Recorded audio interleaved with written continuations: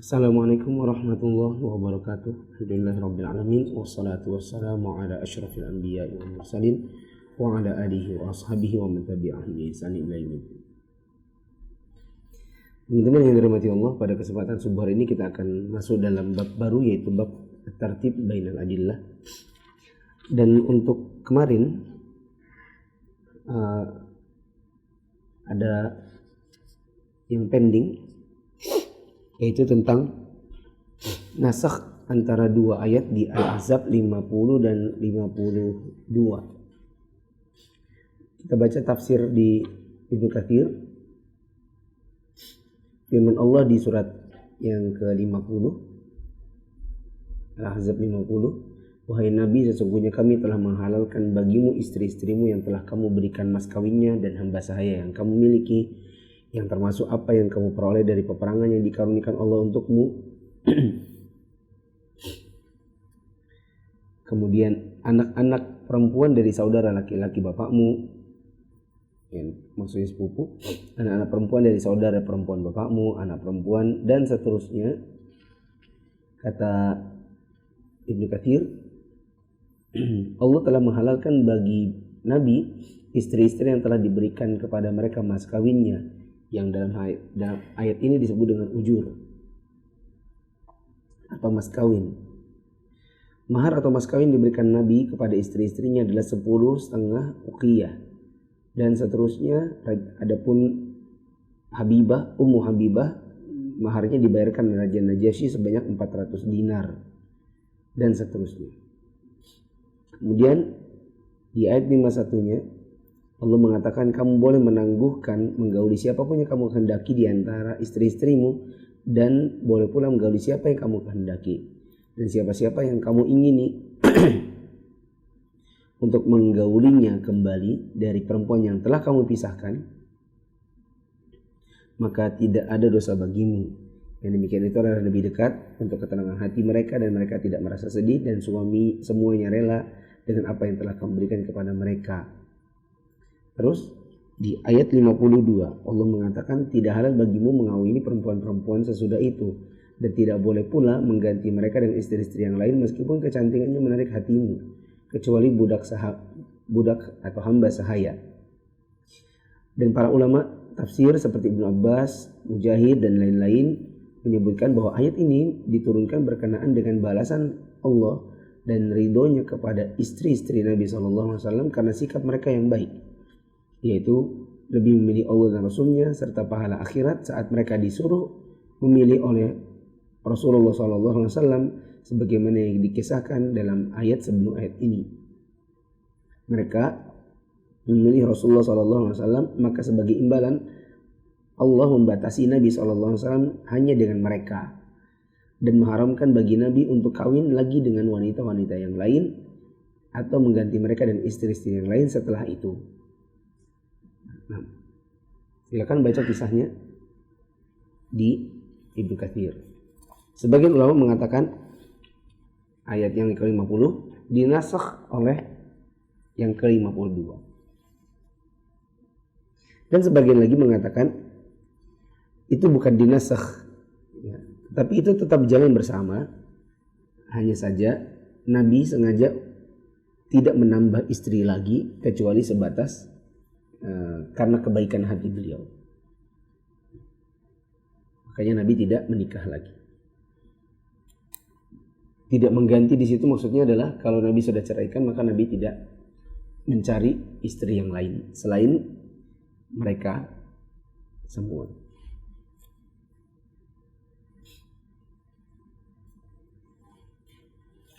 Sekarang kita masuk dalam at-tartib bainal adillah.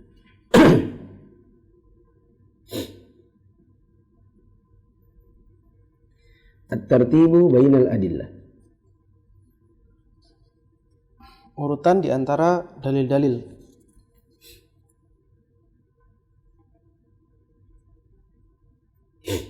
Dan tartib bainal adillah ini adalah salah satu metodologi tarjih. Maksudnya gini, urutan dalil itu maksudnya ini lebih didahulukan dari itu. Padahal kita sudah tahu kemarin-kemarin ini dalam 2 hari terakhir, kalau ada seolah-olah kontradiksi, harusnya diapakan dulu? Kompromi alias dijamak. Kalau nggak bisa dijamak, kalau diketahui dalilnya, diketahui sejarah urutan turunnya, maka ada proses nasakh. Kalau tidak diketahui tarikhnya, sejarahnya, maka tarjih. Ini lebih kuat dari itu. Nah, mengurut-urutkan dalil itu sebenarnya adalah salah satu cara tarjih. Nah, berarti ini adalah bisa dibilang metodologi tarjih. Dan seingat saya, di antara para ulama ada yang menyebutkan metodologi tarjih itu lebih dari 15. Dan ini di antara caranya. Idza tafaqatil adillatu as-sabiqatu al-kitabu was sunnatu wal ijma'u wal qiyasu ala hukmin aw infarada ahaduha min ghairi mu'aridin wajaba itsbatuhu. Jika dalil-dalil yang telah lalu, yakni Al-Quran, As-Sunnah, Ijma' dan Qiyas, sepakat atas suatu hukum atau salah satu dalil tersebut menyendiri tanpa ada yang menyelesainya, maka wajib untuk menetapkan hukumnya. Kalau Al-Quran udah jelas, Sunnah udah jelas, Ijma', Qiyas sudah jelas, tanpa ada pertentangan sama sekali, ya udah, kewajiban kita hanya sekedar mengamalkannya.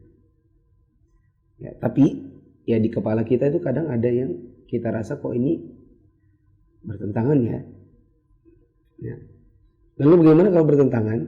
Disebutkan wa in ta'aradat wa amkana al-jam'u wajibal jam'u. Dan jika terjadi ta'arud dan mungkin untuk dijamak, maka wajib untuk dijamak. Wa in lam yumkin wa in lam yumkin al-jam'u umila bin naskhi in tammat syurutuhu. Seandainya tidak mungkin untuk dijamak, maka dilakukan nasakh jika telah sempurna syarat-syarat nasakh tersebut. Ya, jika tidak bisa dijamak, ini tetap kontradiksi, berarti di nasakh bila terpenuhi syarat-syarat nasakh, seperti diketahuinya mana yang duluan terjadi, mana yang belakangan terjadi, mana yang duluan keluar, mana yang belakangan. Itu salah satu caranya. Wa illam yumkinil naskhu wajibat tarjihu. Dan jika tidak mungkin untuk dilakukan nasakh, maka wajib untuk ditarjih. Ini kan tata metodologi ya. Fayurajjahu, maka lebih diutamakan minal kitabi was sunnah, dalam Al-Quran dan As-Sunnah, ya ini an-nassu ala zahiri, yakni nas daripada zahir. Apa yang sudah nas, ini metodologi satu ya. Ini metodologi satu. Apa yang ada di dalam nas, maksudnya yang eksplisit, maka itu lebih didahulukan daripada zahir. Antum masih ingat gak zahir? Zahir itu apa? Apa makna yang sebenarnya? Apa ya? Yang apa makna yang tersurat lalu? Masih ingat gak zahir? Yang nampak. Apa yang makna yang nampak tetapi masih ada kemungkinan makna yang lain. Makna yang bertentangan yang bisa jadi yang masih memiliki kemungkinan makna yang lain. Ya, dengan dalam keadaan marjuh, tidak lebih kuat daripada yang zahir ini, daripada yang rajih. Apa yang sudah nyata-nyata, maka itu harus lebih didahulukan daripada yang masih punya kemungkinan dua makna. Atau gini, bahasanya, apa yang maknanya satu harus lebih didahulukan daripada yang ambigu. Paham?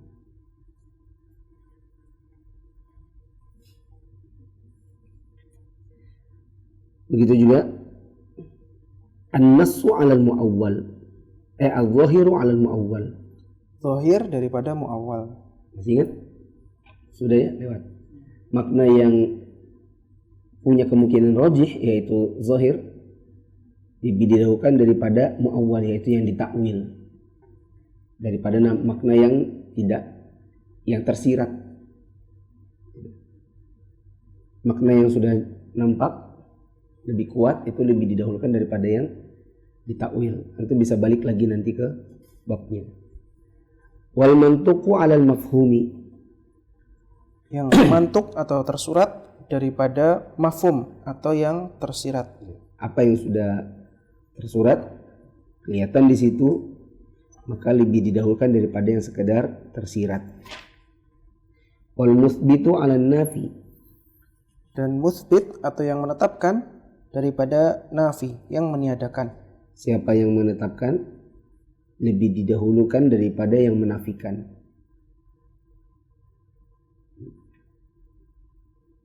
Kalau dikasih contoh, yang menetapkan adalah yang mengatakan saya lihat Nabi kencing berdiri. Yang menafikan mengatakan jangan percaya kalau ada yang bilang Nabi kencing berdiri. Berarti siapa yang didahulukan? Yang menetapkan bahwa Nabi pernah kencing berdiri. Kenapa? Ziyadatu ilm. Dia punya tambahan ilmu, alias pengetahuannya dalam kencingnya Nabi lebih ada plusnya ketimbang yang mengatakan tidak ada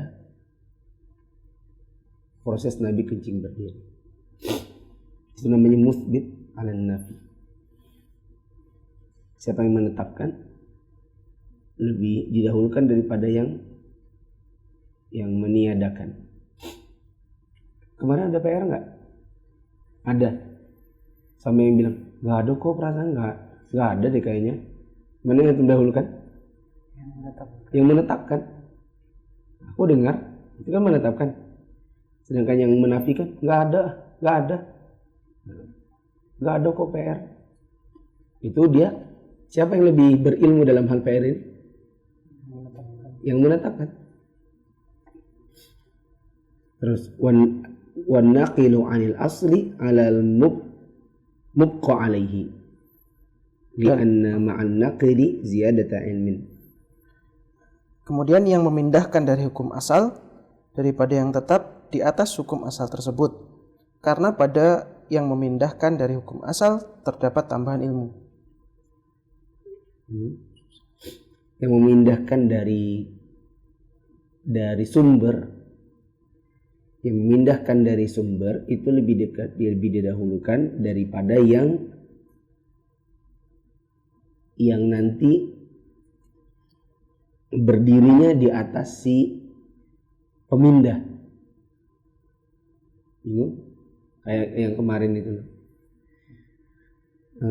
Kata Nabi, siapa yang menyentuh kemaluannya setelah wudhu, maka dia berwudhu lagi. Itu kan dia menukil dari Nabi kan, langsung. Sedangkan yang bilang begini, ada orang dia nanya sama Nabi, kalau habis wudhu nyentuh kemaluan itu gimana? Terus katanya, apa katanya? Itu adalah bagian dari tubuhmu yang lain, gitu. Maka lebih didahulukan yang mengatakannya secara langsung karena dia menukil dari Nabi SAW.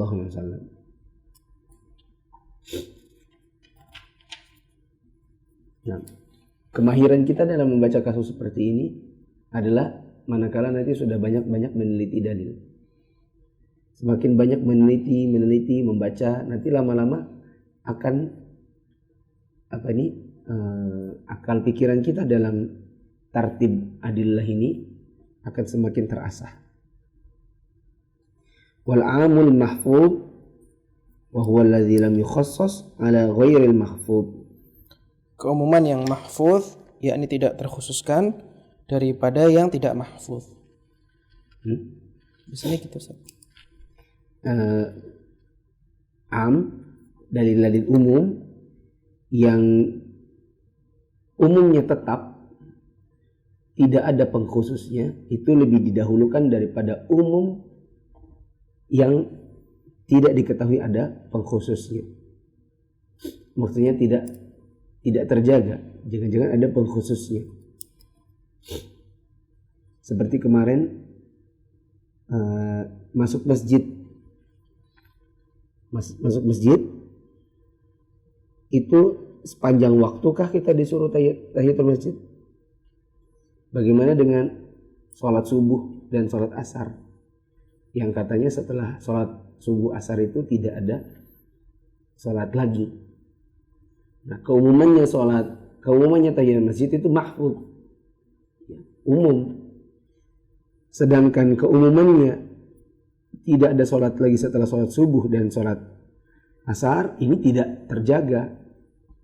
Buktinya kita masih bisa qadha sholat yang kelupaan meskipun setelah subuh atau setelah asar. Maka keumumannya si tahiyatul masjid lebih didahulukan daripada keumumannya larangan sholat setelah subuh asar. Wa makanat sifatul qabuli fihi aktsaru ala ma dunahu. Dalil yang memiliki sifat untuk diterima lebih banyak daripada dalil yang memiliki sifat untuk diterima kurang darinya. Didahulukan pula dalil-dalil yang faktor penerimaannya lebih banyak daripada yang faktor penerimaannya lebih sedikit.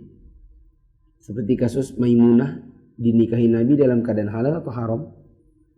Kita lihat penguatnya bahwa Nabi itu halal lebih banyak ketimbang penguatnya yang mengatakan beliau masih ihram.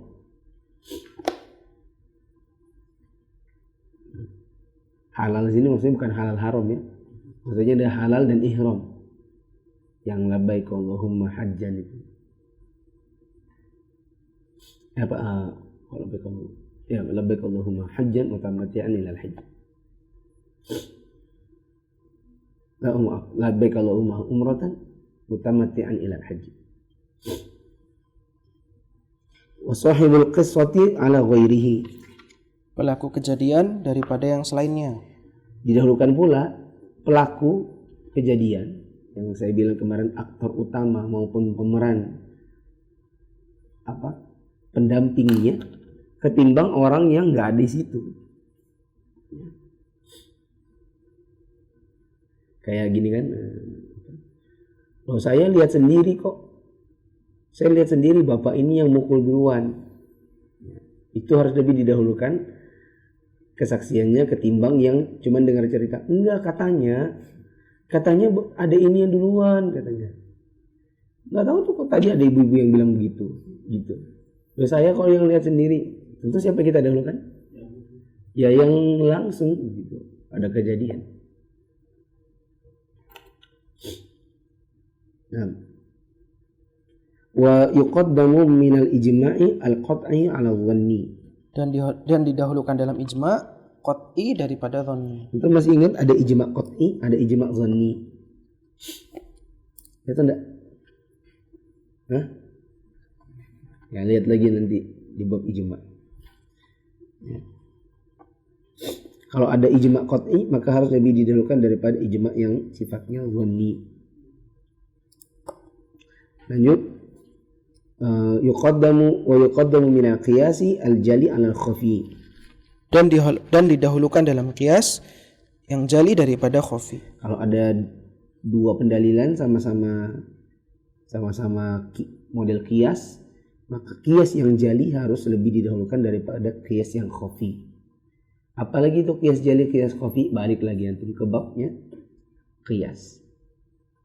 Nah, sedangkan kita sekarang tidak akan kembali lagi karena mengejar, ini sudah tanggal 27. Besok tanggal 28, habis itu tanggal 29 dan penobatan mujtahid abad ini baru di Balikpapan dan sekitarnya.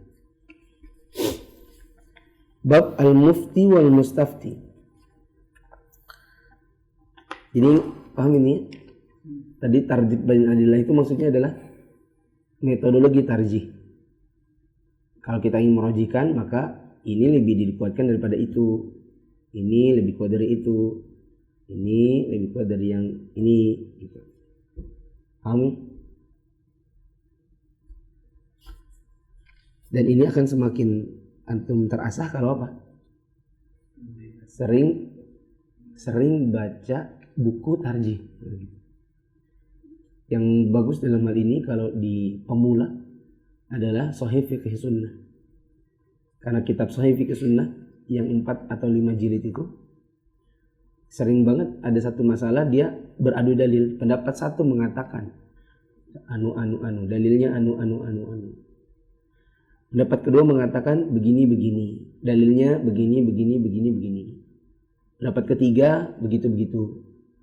Pendapat yang lebih kuat dari 3 pendapat ini adalah pendapat yang kedua karena begini. Nah, saat mentarjih pendapat 1, 2, 3 menguatkan yang nomor 2 itu namanya tarjih kan?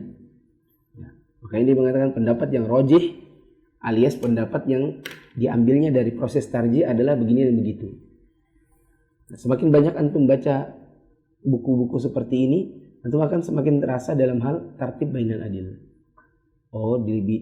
Si penulis lebih menguatkan pendapat kedua karena menggunakan dalil yang dalil ini diambil langsung dari pelakunya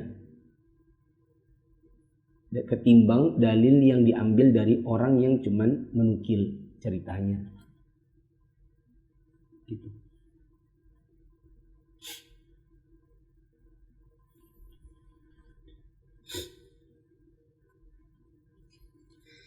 Bab baru al-mufti wal mustafti. Mufti dan mustafti. Mufti sering dengar kan? Mufti apa mufti? Ini Syekh Mufti ini. Mufti Saudi. Apa itu mufti? Pemberi fatwa. Mustafti lawannya. Apa lawannya pemberi fatwa? Peminta fatwa. Al-mufti huwa al-mukhbiru an hukmin syar'iyyin, yaitu orang yang mengabarkan atau memberitahu suatu hukum syar'i. Wal mustafti huwa, dan mustafti as-sailu an hukmin syar'i adalah orang yang bertanya tentang suatu hukum syar'i. Syurutul fatwa, syarat-syarat fatwa. Ini juga dibahas dalam usul fikih. Kita bisa langsung simpulkan aja dari awal bahwa tidak boleh orang berfatwa kalau tidak pernah belajar usul fikih. Maka ya mohon maaf bukan nyindir, tapi kita hanya bicara kenyataan bahwa ada banyak penuntut ilmu terutama di media sosial yang membuat status-status semodel fatwa, semodel dengan fatwa atau kaidah, tetapi orangnya tidak pernah belajar usul fikih.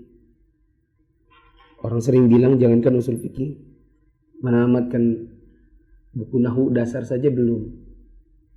Maka kalau dia ingin membuat sebuah status, hanya boleh membuat status yang sifatnya nukilan saja. Jangan membuat fatwa baru atau membuat fatwa yang tidak pernah difatwakan. Tapi menukil fatwa silakan. Kalau antum menukil fatwa berarti otomatis antum harus cantumkan sumbernya.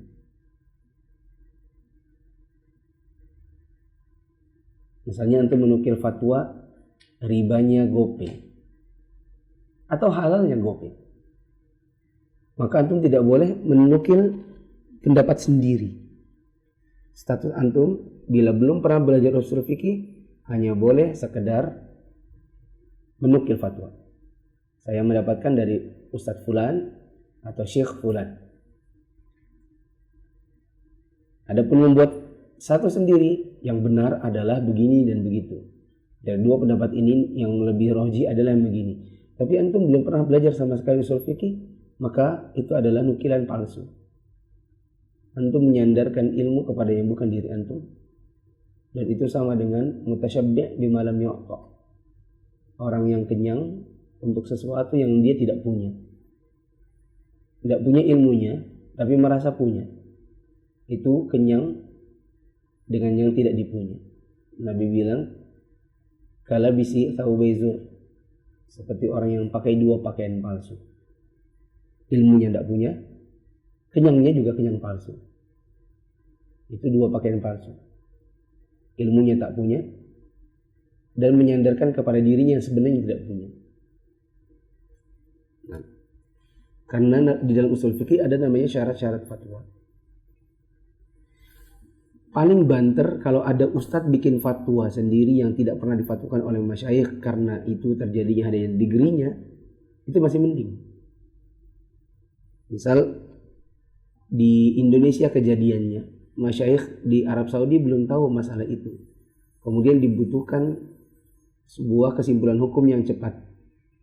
Maka yang berfatwa adalah ustadz misalnya. Levelnya bukan ulama atau level mufti, tapi dia berijtihad dengan ilmunya dan dia pernah belajar usul. Nah itu mending karena dia punya kapasitas. Adapun ikhwan maka jangan. Saya tadi subuh ya ada baca status orang begini. Sebagian ikhwan talibul ilmi di media sosialnya bikin rubrik-rubrik Q&A. Dia ditanya, dia menjawab. Padahal dia bukan ustadz. Begitu pula dia bukan seorang yang talibul ilmi yang sudah mumpuni, sudah mempelajari kitab usul. Maka ini tidak layak untuk dia membuat rubrik-rubrik seperti itu karena bukan levelnya. Kalau sudah pernah misalnya namatkan usul fikih, masih ada sandarannya. Ketika dia berijtihad dengan apa yang dia ketahui, maka ini lebih mending ketimbang yang tidak pernah belajar sama sekali.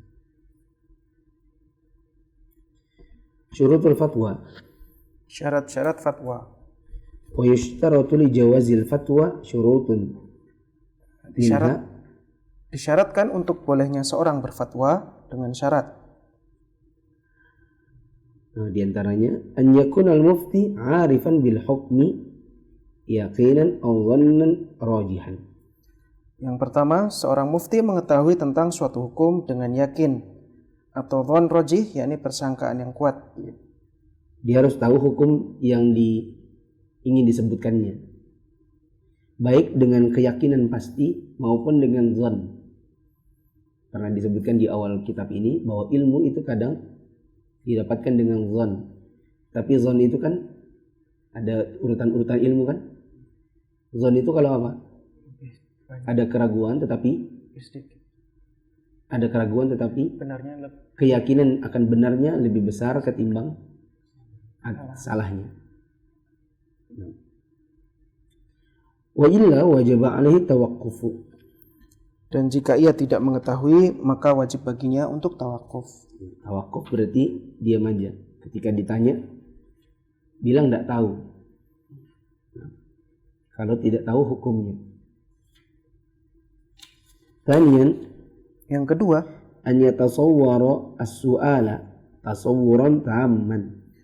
Pertanyaan digambarkan dengan sempurna atau jelas. Li yatamakkana minal hukmi alaihi. Agar lebih kokoh dalam menghukuminya. Fa innal hukma ala syai'i far'un an tasawwurihi. Karena penentuan hukum atas sesuatu merupakan cabang dari penggambarannya. Syarat yang kedua untuk berfatwa adalah dia harus tahu penggambaran sebuah masalah dengan penggambaran yang benar, supaya hukumnya nanti juga benar. Karena ada kaidah yang mengatakan hukum atas sesuatu adalah cabang dari penggambarannya. Artinya bila penggambarannya salah, maka hukumnya jadi ikut-ikutan salah. Siapa suruh jadi cabang gitu. Namanya juga cabang. Kalau batang utamanya tua, otomatis cabangnya ikutan menua. Ya. Tidak ada yang dia sehat sendiri. Nah, contohnya penggambaran tentang GoPay.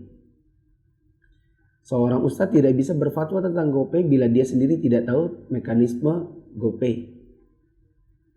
Kemudian tidak bisa berfatwa tentang apa kalau zaman sekarang, imani, namanya kayak IGOPE ya.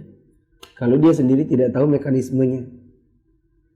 Misalnya mohon maaf, ada ustadz tidak pernah tahu seluk-beluk internet,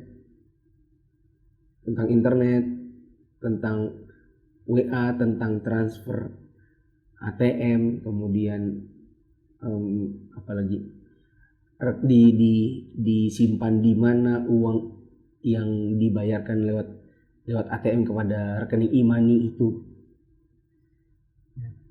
Jangankan untuk yang tahu seperti itu, tahu ATM aja enggak, misalnya transaksi elektronik enggak ngerti sama sekali, maka dia tidak boleh berfatwa dalam hari ini karena dia tidak akan punya penggambaran yang utuh dalam masalah itu.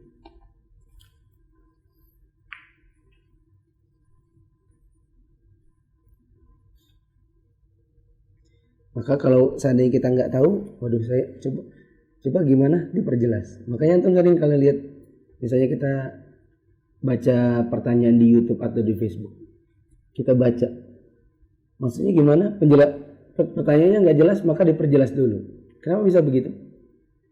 Karena saya meyakini kalau nanti kasusnya nggak jelas, ya nggak jelas, jawabannya juga nggak ikut-ikutan yang salah ya. Kayak kemarin, Ustadz apa syarat-syaratnya sholat id? Terus saya tanya, maksudnya yang mana? Syarat yang mana? Menghadap kiblat, syarat sah sholat, atau yang mana? Nah, coba kalau saya langsung jawab ya, oh syarat-syaratnya hadap kiblat. Ternyata setelah itu dia bikin pertanyaan baru, maksud saya itu jumlah jamaahnya. Nah, baru dia memperjelas pembicaraannya, sementara jawabannya udah telanjur keluar gitu. Maka kalau nggak jelas, tanya dulu, gimana tadi? Apa maksudnya? Coba diperjelas. Terutama lagi dalam masalah perceraian. Ya, saya makanya paling anti kalau ditanya tentang perceraian, tapi nanyanya lewat WA. Ya. Tapi banyak juga yang menghujat. Ya. Sombong, mahal betul waktunya. Ditanya gini aja nggak bisa jawab, nggak mau jawab. Padahal kayak gini aja simple. Oh ini masalah hukum syar'i, nggak sesimpel itu kita menjawab gitu. Apalagi masalah perceraian, baru yang nanya cuma istrinya. Tahu kan perempuan kalau ngomong tuh kayak apa? Ya. Kadang ditambah, kadang dikurang, dilebih-lebihkan pakai perasaan. Gitu. Begitu juga kalau yang nanya laki-laki, tahu kan laki-laki maunya simpel-simpel aja, nggak mau ribet. Padahal ada keribetan yang dia yang buat. Maka nggak bisa kita jawab kalau nggak jelas permasalahannya. Fa idza ashkala alaihi makna kalamil mustafti sa'alahu anhu. Jika makna perkataan mustafti masih rancu bagi mufti, maka ia bertanya kepada mustafti tentang pertanyaannya itu. Ini ada beberapa cara kalau pertanyaannya nggak jelas. Fa idza ashkala alaihi makna kalamil mustafti. Jika perkataan si peminta fatwa rancu, apa yang harus dilakukan mufti? Satu, sa'alahu anhu. Tanya kepada si mustafti itu, coba kau perjelas pertanyaanmu. Bagaimana tadi? Itu. Terus yang kedua, wa in kana yahtaju ila tafsilin istafsalahu. Jika pertanyaannya butuh untuk dirinci, maka mufti minta agar pertanyaannya dirinci. Nah, ini cara yang kedua. Coba kau rinci. Tadi gimana? Kalau begini, kalau begitu. Coba dirincikan lagi. Itu cara kedua. Cara ketiga, au dzakara at-tafsila fil jawabi.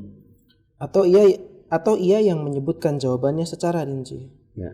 Atau dia yang merincinya. Pertanyaannya global, terus dia yang merincinya.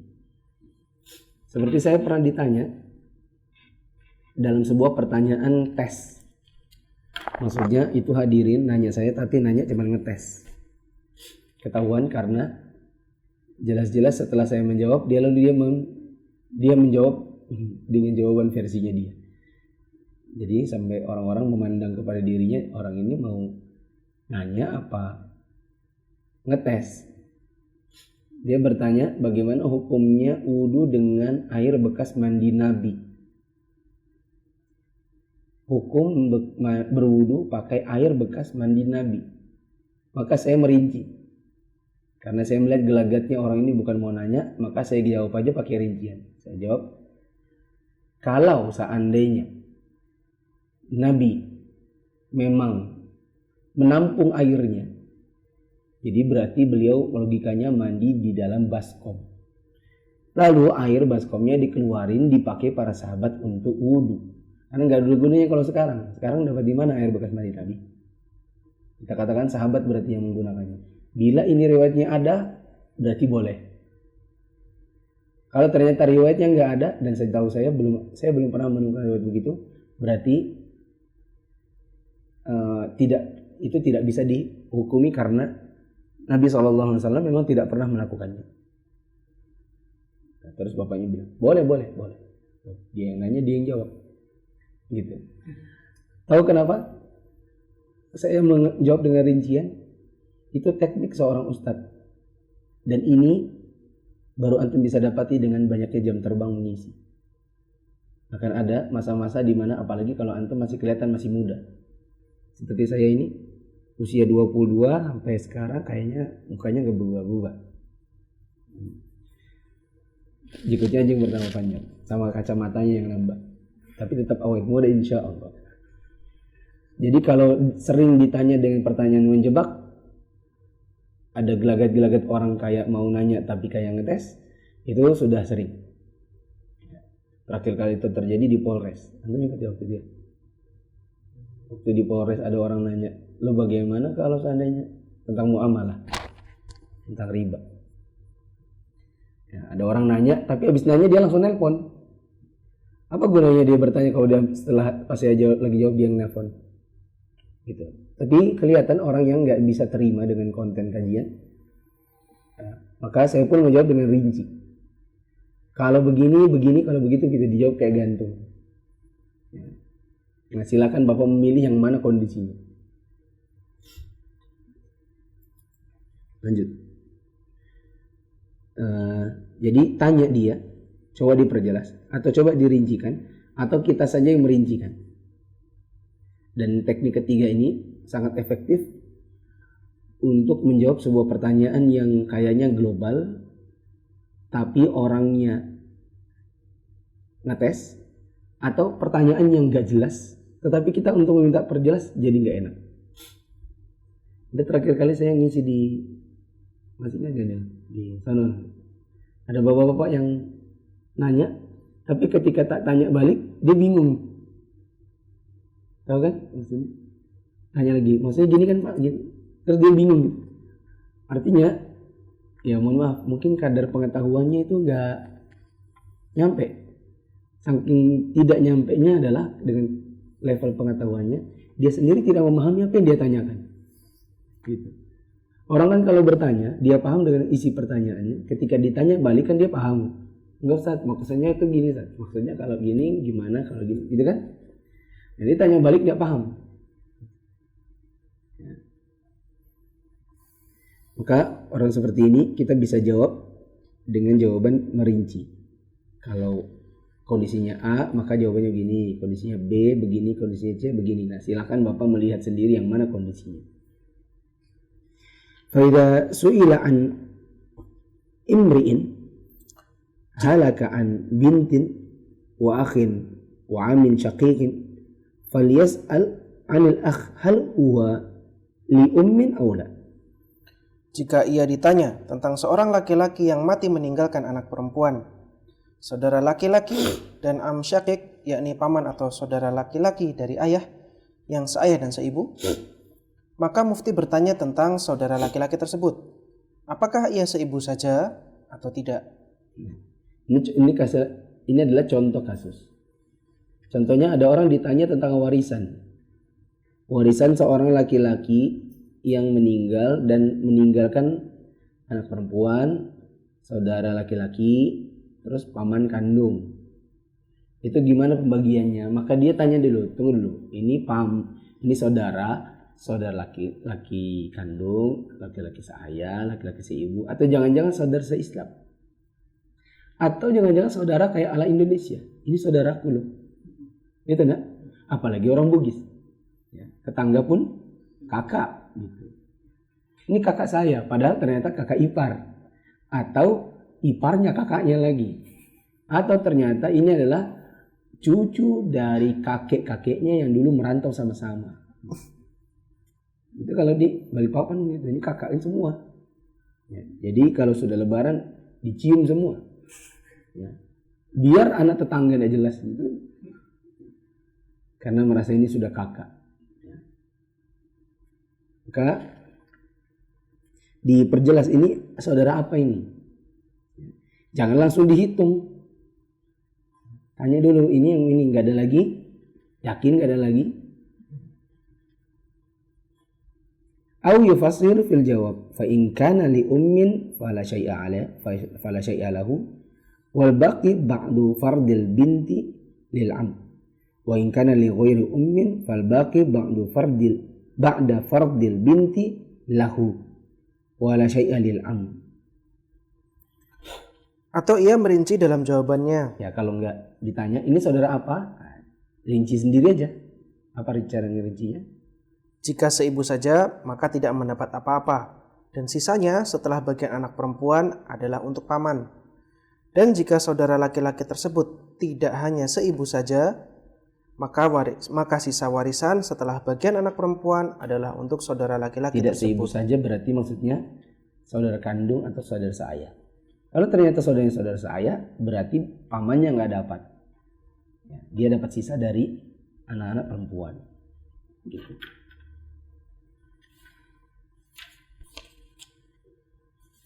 Itu teknik jadi mufti.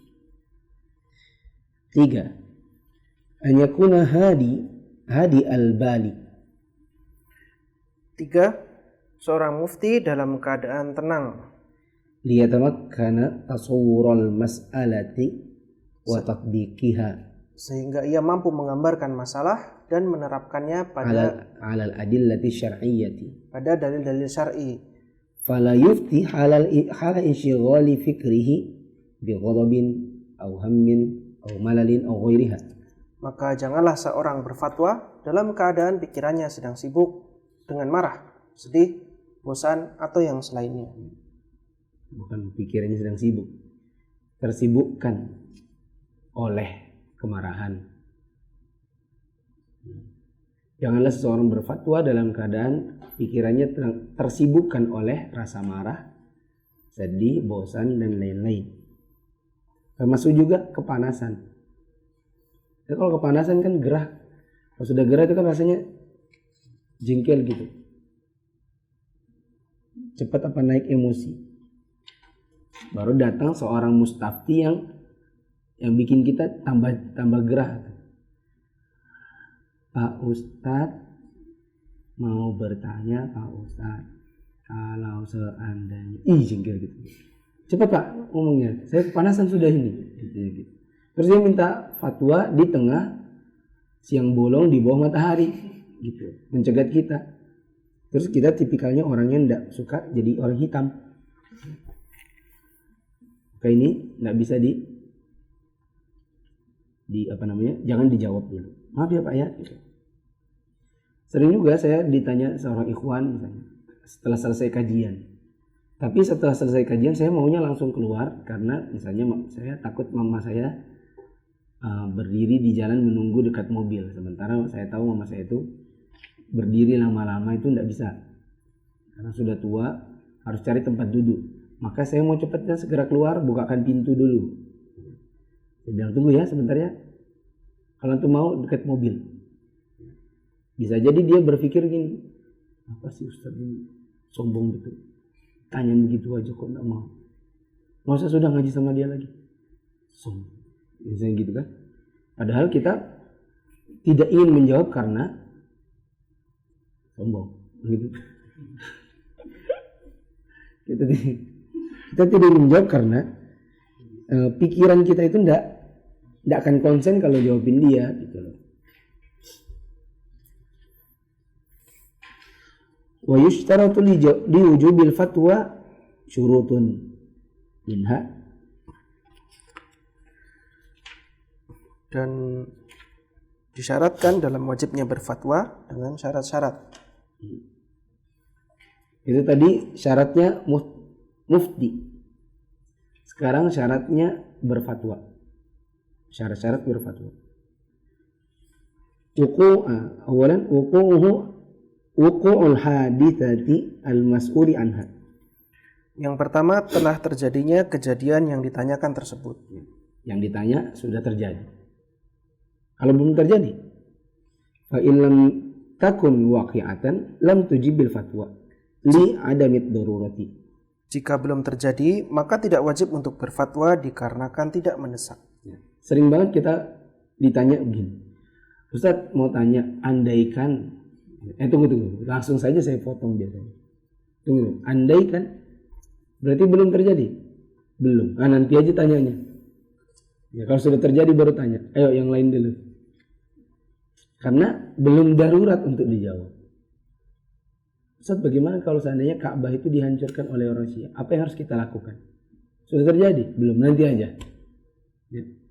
Belum darurat untuk ditanyakan. Antum mending tanya yang darurat untuk antum langsung kerjakan. Tanya tentang sholat, tanya tentang wudu, daripada nanya yang enggak jelas. Illa an yakuna qasdu sa'ili at-ta'alluma. Kecuali jika maksud penanya adalah untuk belajar. Fa innahu la yajuzu katmul ilmi, maka tidak boleh bagi mufti untuk menyembunyikan ilmu. Bal yujibu anhu mata su'ila bi kulli halin. Bahkan ia menjawabnya kapanpun penanya bertanya pada setiap keadaan. Tapi ada juga orang yang belum terjadi, tapi dalam rangka untuk persiapan. Misalnya dia mengatakan, Ustadz, seandainya kita Ustadz, kalau ada orang menceraikan istrinya dengan kata gini, itu gimana, Ustaz? Sudah kejadian? Belum. Tapi kita tahu orang ini kayaknya butuh, maka kita jawab. Adapun kalau kita lihat ini naga-naganya orangnya kayaknya nggak butuh. Dulu sering di kajian saya ada sebagian ikhwan yang ya kalau bertanya itu selalu pertanyaannya nggak genah. Jadi sampai saya jadi menghafal gitu. Jadi kalau diangkat tangan saya cari yang lain. Bahkan maksudnya ada sekian banyak orang kajian. Kalau dia sudah angkat tangan, saya cari yang lain gitu. Kenapa? Saya sudah hafal. Pokoknya kalau orang ini yang nanya itu nggak genah, nggak penting. Kecuali nggak ada yang nanya, baru saya kasih ke dia. Daripada kita menjawab yang nggak penting. Dia suka bertanya yang memang nggak penting. Bagaimana Ustaz kalau ternyata Jokowi itu PKI? Apa pentingnya untuk menjawab itu gitu?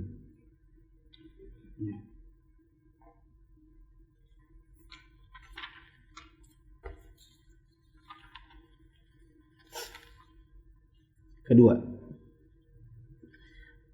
alla ya'lama min hali sa'ili anna qasdahu at-ta'annut. Yang kedua, dia tidak mengetahui kondisi penanya bahwa maksudnya bertanya adalah untuk berlebih-lebihan. Au tatabbu'ur rukhas, atau mencari-cari rukhsah. Au darbi ara'il ulama ba'diha bi ba'din, atau untuk mempertentangkan antara pendapat ulama yang satu dengan yang lain. Au ghairu dzalika minal maqasidis sayyi'ati, atau yang selainnya dari maksud-maksud yang buruk. Fa in alima dzalika min halis sa'ili, jika ia mengetahui hal tersebut dari kondisi penanya, lam tujibil fatwa, maka ia tidak wajib berfatwa. Kapan dia wajib berfatwa? Manakala dia tidak tahu dan tidak bisa tahu bahwa si penanya, si mustafti punya maksud-maksud jelek. Entah memang lebay. Ustaz, bagaimana kalau seandainya Ka'bah dicuri Amerika? Apa sih kamu ini bertanya kok lebay banget gitu? Nanti aja Bu kalau sudah terjadi gitu. Bisa jadi kah? Ya belum, cuman kan kita persiapan. Kau lebay juga. Yang persiapan begitu pun kalau ada yang mau bertanya, orang Saudi bukan kamu, kau di Indonesia apa yang kau lakukan? Kau umroh aja belum pernah. Nggak tahu jalan. Atau maksud jelek yang lain adalah sekedar mencari-cari yang ringan. Misalnya kemana-mana cari pertanyaan yang sama sampai dapat yang enak. Seperti misalnya, Ustaz, saya gimana ya Ustaz kalau seandainya saya ini bekerja di bidang musik di radio, soalnya saya nggak punya pendapatan lain Ustaz. Oh gini kayak gini. Tapi gini Ustaz, saya itu memang daripada nggak ada pendapatan yang lain Ustaz, soalnya saya nggak punya kalian. Antum ini mencari-cari yang ringan kah? Saya sudah bilang tadi, pekerjaan itu ada banyak. Kalau antum hanya berkata saya nggak punya pendapatan yang lain, itu mustahil. Emang di dunia ini pekerjaan cuma 1.001. Ada banyak. Antum pikir kurir itu pakai musik kan enggak? Tahu berapa gaji kurir di hari-hari begini? Kalau per hari aja antaranya ada 10, perjalanan 10.000, 20.000, 3 juta. Ya. Berapa ratus ribu ya? 10.000, 15.000, namanya 150.000, 200.000 dalam sehari. Ya. Bensin nggak mungkin satu jam ngisi. Itu pekerjaan itu. Tapi tapi lagi sudah. Kau cari yang ringan, jangan. Au darbi ara'il ulama, atau mengadu pendapat ulama. Ya. Seperti misalnya ada yang mengatakan, Ustadz, bagaimana hukumnya anu? Soalnya Ustadz anu bilang begini, sebut lagi namanya. Itu namanya ngapain? Ngadu pendapat. Nah kalau itu yang terjadi, maka tidak usah dijawab. Bilang, nah saya tidak mau jawab karena antum sudah terlanjur menyebut nama. Dan saya katakan, menyebut nama seorang ustadz di kajian ustadz yang lain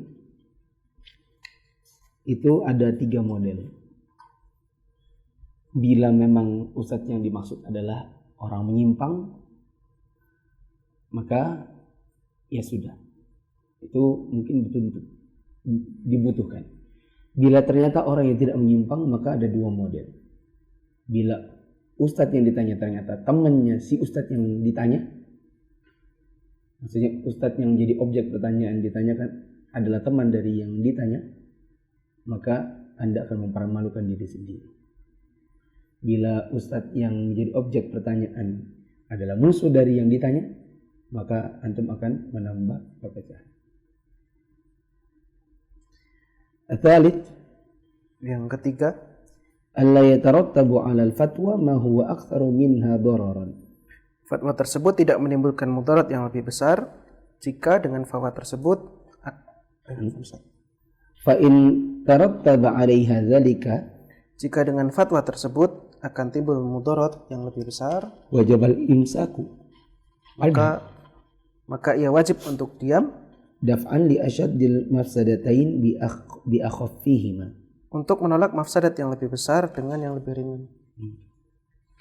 Kalau ternyata dikhawatirkan dengan fatwa ini malah timbul mudarat lebih besar, maka mendingan diam. Seperti fatwa-fatwa politik. Kadang sebagian kita ketika ditanya nggak bisa kendalikan diri, dijawab. Yang kita tanpa pikir panjang, fatwa kita ini akan menambah kerusuhan.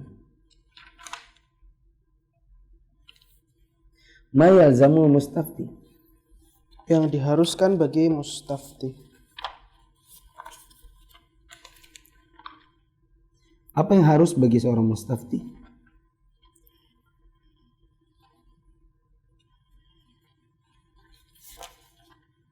Oh, tinggal dikit ya.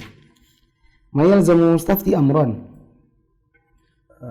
Diharuskan 2 perkara bagi mustafti. Al-awwalu ay yurida bistiftaihi al-haqqa wal amala bihi. Yang pertama, ia menginginkan kebenaran dari pertanyaannya tersebut dan beramal dengannya.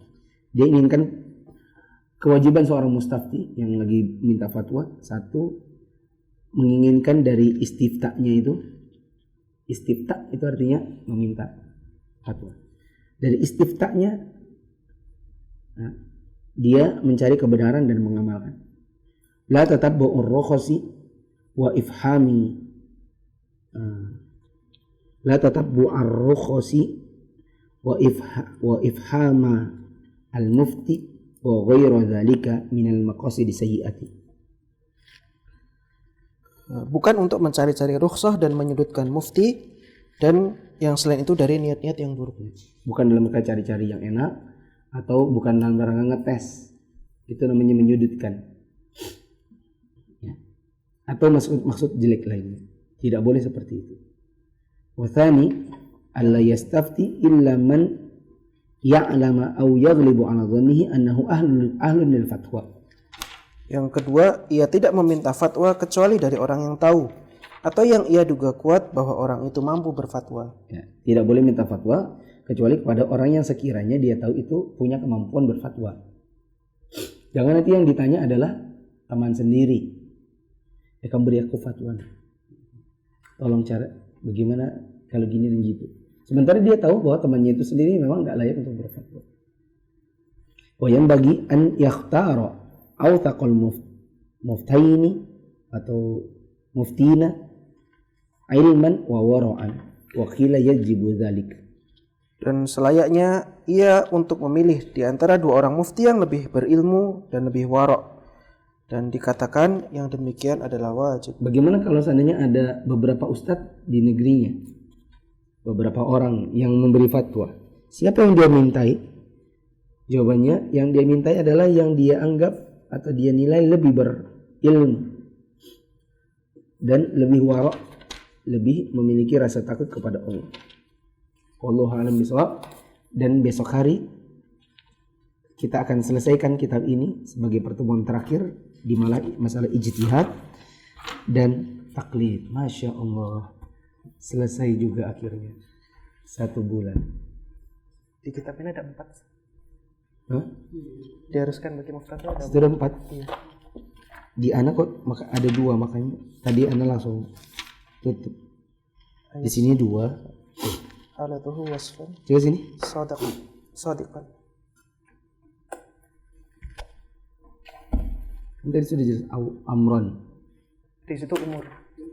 Hah? Di situ umur. Enggak, bukan amron. Oh, di sini umur. Iya. Di sini amron. Ya udah, kita bacakan. Asal itu situ berapa nih? 2. Oh. Di sini juga 2. Di buku yang ini ada 4. Itu berapa? 4.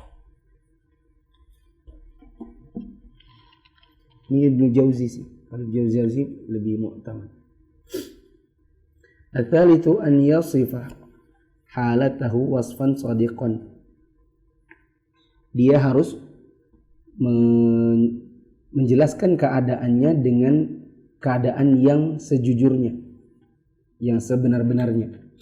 Kaqauli sa'il inna narkabul bahra wa nahmilu ma'ana al-qalila minal ma'i fa idza wada'na bihi atashna afa natawadda'u bil ma'il bahr.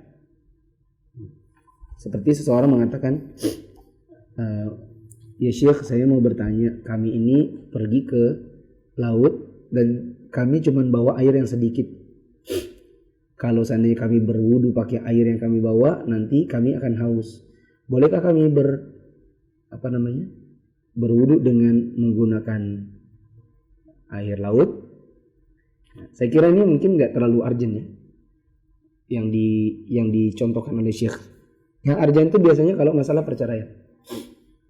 Syekh, saya mau tanya, saya sudah menceraikan istri saya, terus dia tidak menjelaskan kejadian aslinya, beberapa kali dan lain-lain. Atau kejadiannya apa, istrinya haid atau tidak. Kalau dalam haid, dalam masalah cerai, nah itu harus dijelaskan sejelas-jelasnya. Sebagian orang menutup-nutupi supaya masih dianggap istri, supaya masih dianggap suami gitu. Padahal ini nanti masalahnya apa? Bisa jatuh ke dalam zina hukumnya. Bila ternyata dia bukan suami istri lagi.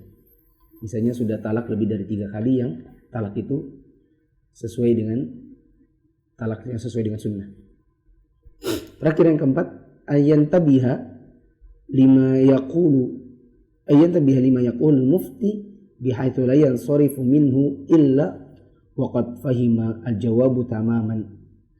Yang keempat adalah si mustafti yang minta fatwa wajib untuk memberikan perhatiannya kepada mufti, apa yang disampaikan oleh mufti. Dia tidak boleh berpaling dari si mufti, ya, kecuali setelah dia memahami jawaban si mufti dengan jawaban yang jelas, dengan jawaban yang sempurna. Wallahu a'lam. Seperti yang saya ceritakan tadi, ada orang nanya ke saya, setelah nanya dia langsung pegang handphone. Buat apa orang ini? Terus dia pergi nelpon ke belakang. Kalau gitu buat apa nanya?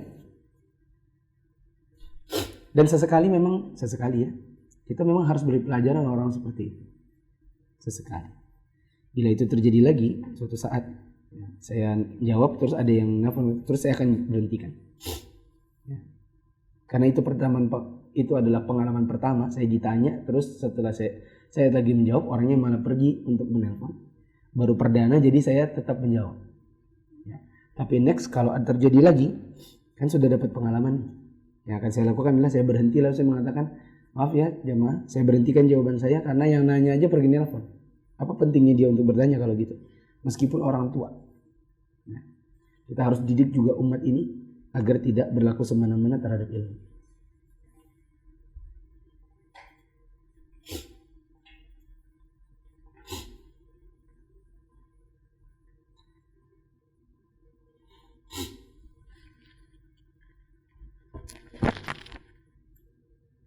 Terlalu cepat baca Arabnya. Nanti tuh bisa murojaah lagi ya.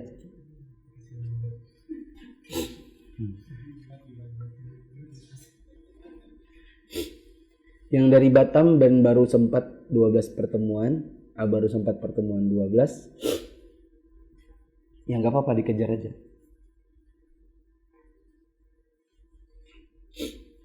Terus alhamdulillah Anda diizinkan supervisor mengambil cuti di 10 hari terakhir yang sebagian waktunya Anda pakai untuk kejar kajian. Apakah ada dispensasi waktu untuk kasus seperti Anda? Silakan. Tidak ada masalah.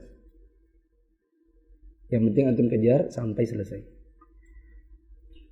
Bagaimana cara agar tidak tertawa saat jadi imam sholat di rumah?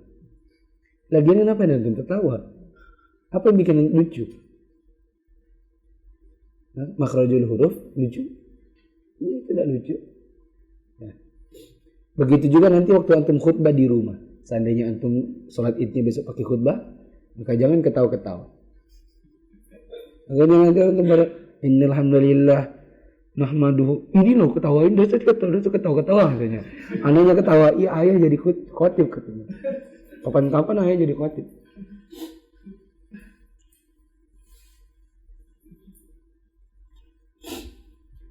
Nasihat agar para talib ini tidak sembarang menjawab pertanyaan. Sudah tadi? Mungkin nanti bisa potong kan? Tadi Anda jawab apa? Anda bilang sebagian orang di media sosial menjawab bikin Q&A tadi. Yuk, cukup panjang tadi pertanyaannya. Saya tidak bermaksud nyindir atau nyinyir, tapi itu kenyataan gitu kan. Ada kan tadi Anda ngomong gitu? Potong kan ya?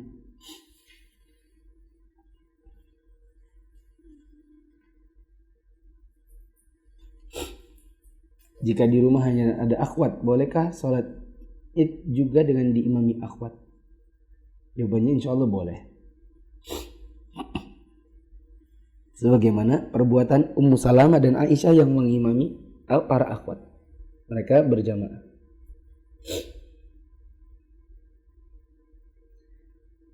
Kenapa terkadang tiap hadis beda nomor? Apakah tergantung periwayat atau kitab? Kadang ada cetakan ya, sama-sama misalnya Sunan Abi Daud tapi beda metodologi, beda penulisnya, beda penyusunnya, beda lagi pencetaknya. Begitu juga misalnya ada sebagian hadis misalnya terulang di kitab yang sama, lalu yang diambil orangnya adalah pengulangannya. Gitu, tidak dia ambil yang pertamanya. Misalnya kan babnya bab sholat, hadis ini keluar di bab sholat, terus di bab pembatal keislaman hadis itu keluar lagi misalnya, anggaplah gitu. bagaimana berjamaah dengan jaga jarak, insya Allah tidak mengapa.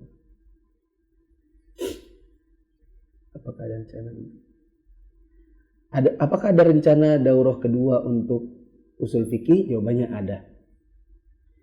Kapan? Nah itu dia belum tahu. Apakah Ramadan 2 tahun lagi kah atau bagaimana? Tapi insya Allah ada, karena memang begitu harusnya ada. Karena usul fikih ini saya bilang hanya 1 putaran gak cukup. Saya sudah bilang dari awal saya 3 putaran dan saya mengajar ini adalah putaran keempat. Apakah yang tidak terdaftar sedari sebelum Ramadan bisa dapat sertifikat? Kalau antum ikut terus, maka insya Allah masih bisa. Kita permudah. Asalkan ikut terus dan betul-betul meniatkan untuk tamat. Ada pun yang kayak kemarin ada yang bilang, Ustaz saya baru ikut 2 kali. Itu tidak niat itu. Kalau yang tadi ikut sejak ke-12, saya kira dia niat. Kalau baru ikut 2, saya yakin antum akan tersiok-siok mengejar-ngejarnya. Kecuali antum semangat lockdown sendiri di rumah, isolasi di kamar, baru antum kejar. Menikah saat kondisi hamil di luar nikah, apakah batal? Ya, itu ada khilaf soal sah tidak sahnya pernikahan bagi orang yang menutupi kehamilannya. Khutbah yang di situs yayasan apakah bisa di-print? Bisa, nggak ada masalah.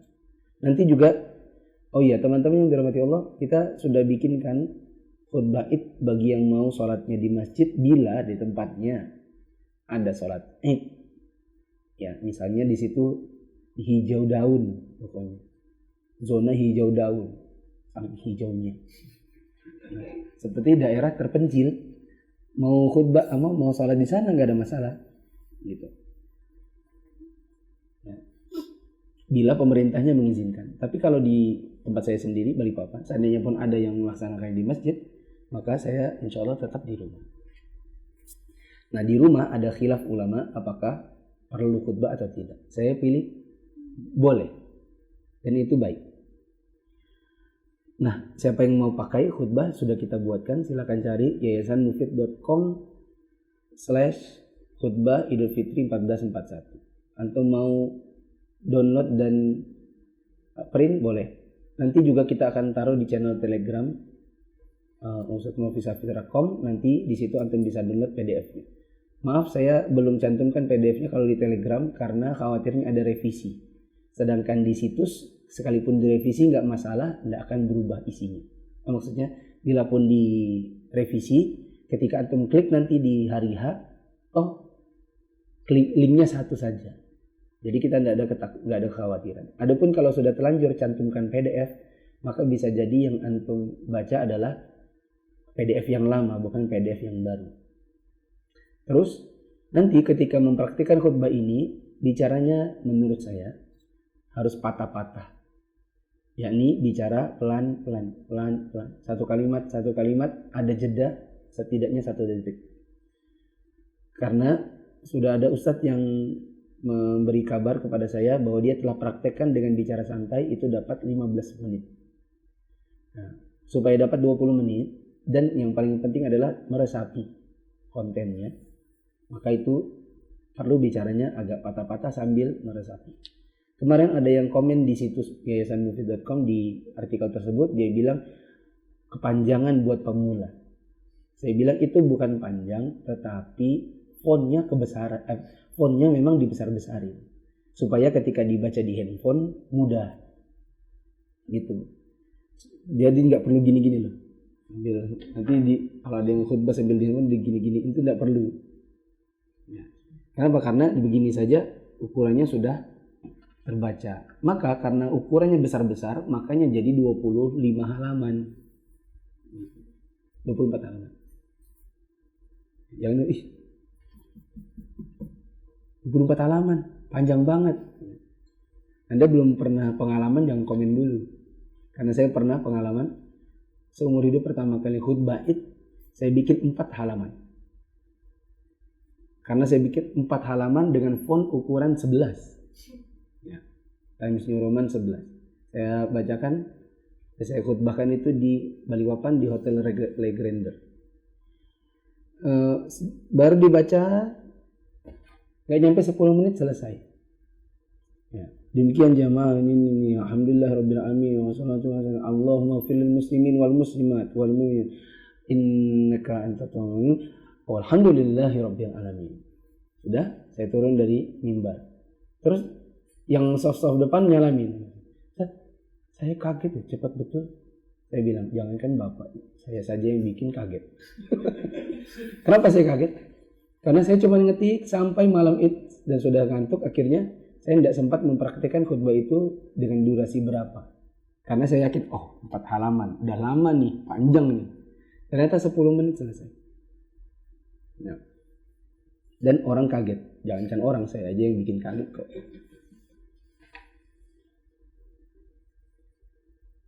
Apakah membayar zakat fitri perlu diberitahu si penerimanya bahwa ini zakat? Tidak.